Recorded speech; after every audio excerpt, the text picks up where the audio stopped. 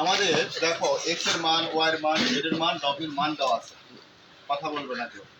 মানগুলোর ভিত্তিতে আমরা এই রাশির মান নির্ণয় করব।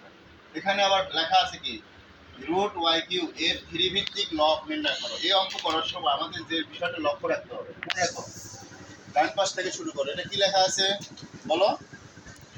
লবটা আগে লিখবো। ওকে, এবার ভিত্তি কত আছে বলো? 3। এই যে ভিত্তি হলো লেজের কাছে লেখা লাগে। আচ্ছা, ভিত্তিটা কোথায় লেখা লাগে? একদম লগের যে নিচে লেজ আছে না, আচ্ছা, ওই জায়গায় লিখতে হবে ভিত্তি। ভিত্তি কত? 3। কত মান কত বলো? Root over y। এই পুরো লেখাটার মানেটা হলো এইটুকু রাশি। আমি বুঝতে পারছি?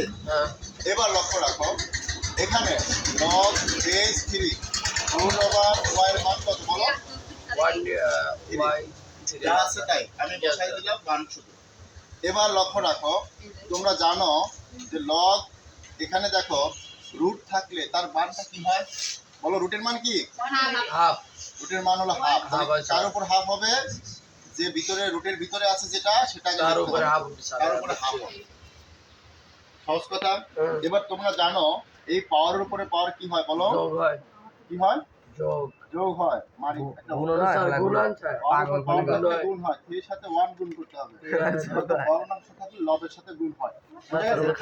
3 এর সাথে 1 গুণ করলে 3/2 মারিয়া। এবার বলো তো কি হবে? 3/2 সামনে আসবে। 3/2 সামনে আসবে। Log base 3। এবার পুরোটার মান কত?